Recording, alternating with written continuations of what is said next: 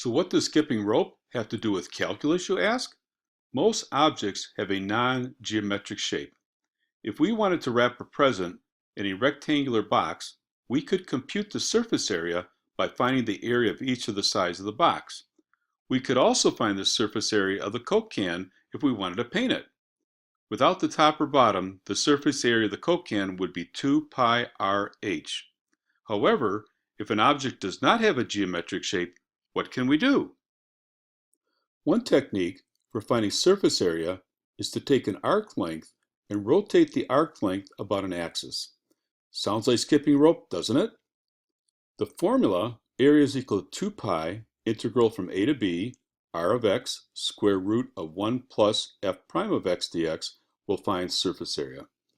R of x is the changing radius of each small segment of the arc length that is rotating about the x-axis. Thus, 2 pi r of x represents the circumference of each of the hollow cylinders that are being formed.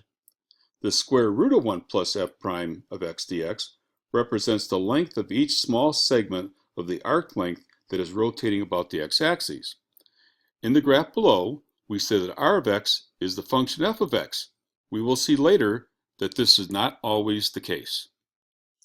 An arc length can be rotated about the x-axis or the y-axis, but you must be very careful with the radius function r of x.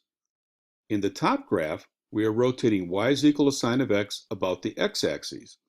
The radius function r of x is the vertical distance from the x-axis to the curve.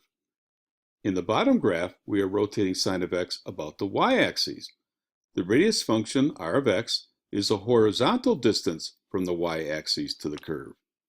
Horizontal distance is along the x-axis, so r of x equals x. In summary, r of x will be f of x if the arc length is revolved about the x-axis, and r of x will be x if the arc length is rotated about the y-axis.